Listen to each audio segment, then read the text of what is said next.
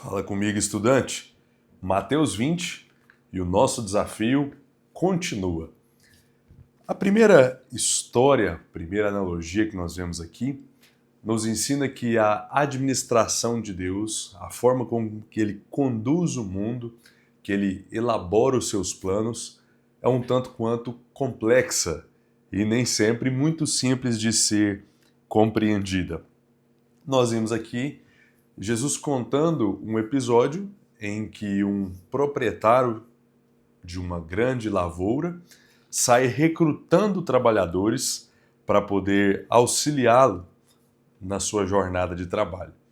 E nós poderíamos comparar esses homens, em cidade pequena tem isso, não sei nas cidades grandes, mas aos chapas.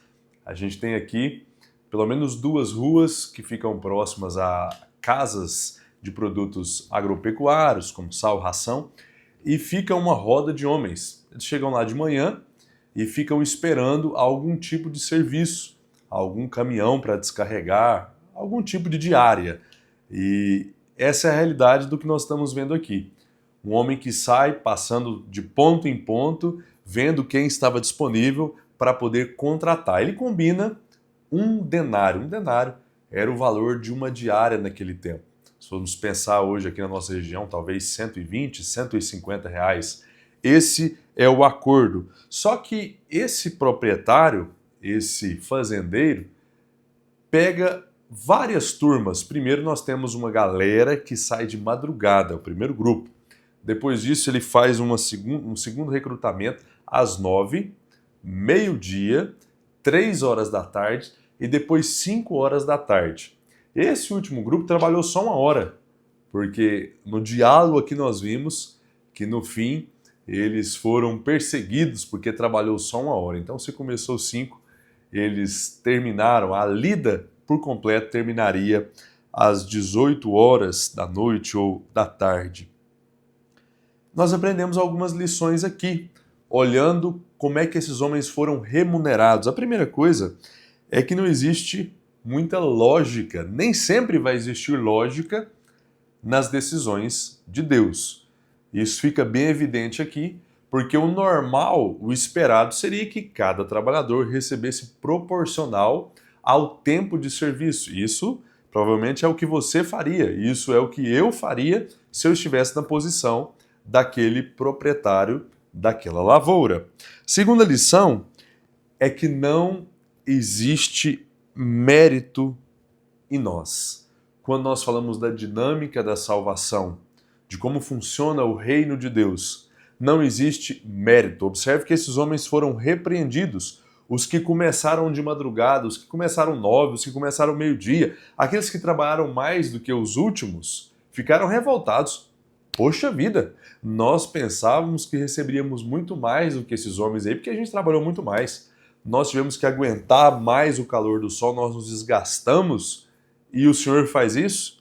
Eles estavam olhando para si, para suas obras, para os seus méritos e tentando parecer dignos de receber algo a mais, de receber algo superior àqueles últimos que foram contratados. E aqui nós podemos fazer, antes de vermos mais duas observações, podemos fazer um paralelo com a salvação do ladrão da cruz. Aquele homem estava nos seus últimos instantes de vida, olha para Jesus, diz, esse homem é inocente, eu mereço estar aqui.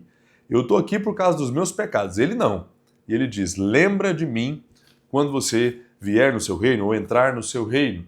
Jesus diz, hoje mesmo, sem falta, você vai estar comigo no paraíso. Vamos imaginar esses trabalhadores contemplando a salvação do ladrão da cruz.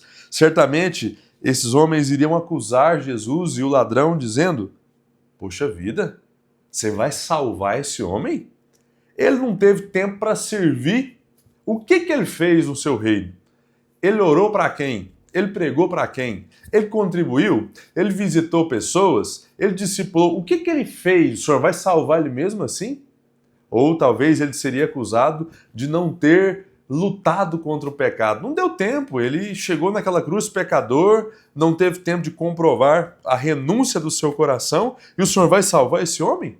Poxa, Para mim, essa conta não fecha.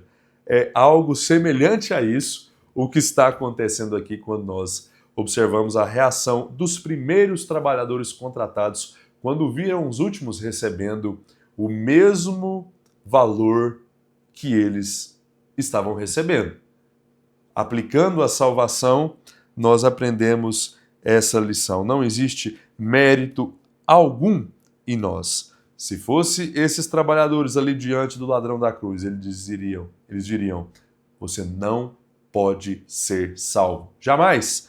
Terceiro, a salvação em todas as suas fases é um dom, é um presente, é uma dádiva, algo gratuito que Deus elabora antes da fundação do mundo esse plano, envia Jesus como personagem principal, envia o Espírito Santo para nos convencer, abre o nosso coração em todas as etapas, em todas as camadas, em cada passo, em cada área da salvação, nós vemos Deus agindo graciosamente nos salvando. É o que esse proprietário estava fazendo. Ele diz, o dinheiro é meu, eu faço o que eu quiser, vocês vão me impedir, vocês querem mandar nos meus recursos? Eu acho que eu quero pagar o mesmo valor, eu vou pagar, porque o dinheiro é meu. E da mesma forma, a salvação em todas as suas fases é algo que vem exclusivamente de Deus, é um dom que nós não podemos pensar em criar regras ou ajudá-lo a formatar esse plano. Depois disso, nós vimos que Deus é quem cria as regras. Apenas uma repetição do que já foi falado aqui, mas ele não aceita nós argumentarmos e tentarmos persuadi-lo e fazendo ele crer que talvez ele está fazendo uma administração errada, injusta, da distribuição da salvação. Ele cria as regras, ele faz do jeito que ele bem entender. E por último, nós vemos que categorias diferentes, esse negócio de ficar medindo, pondo pesos diferentes, tamanhos diferentes em pessoas, é algo humano. Deus aqui está se apresentando a nós através dessa história que Jesus conta como o indivíduo que não se preocupa com esses rótulos, com essa questão de tamanhos, quando ele iguala todos, dizendo, muitos últimos serão primeiros. O ladrão da cruz é considerado um último. Ele que chega com pouquíssimo tempo, mas também recebe a salvação, como aqueles que primeiro ouviram a mensagem de Jesus, creram na mensagem de Jesus e foram salvos.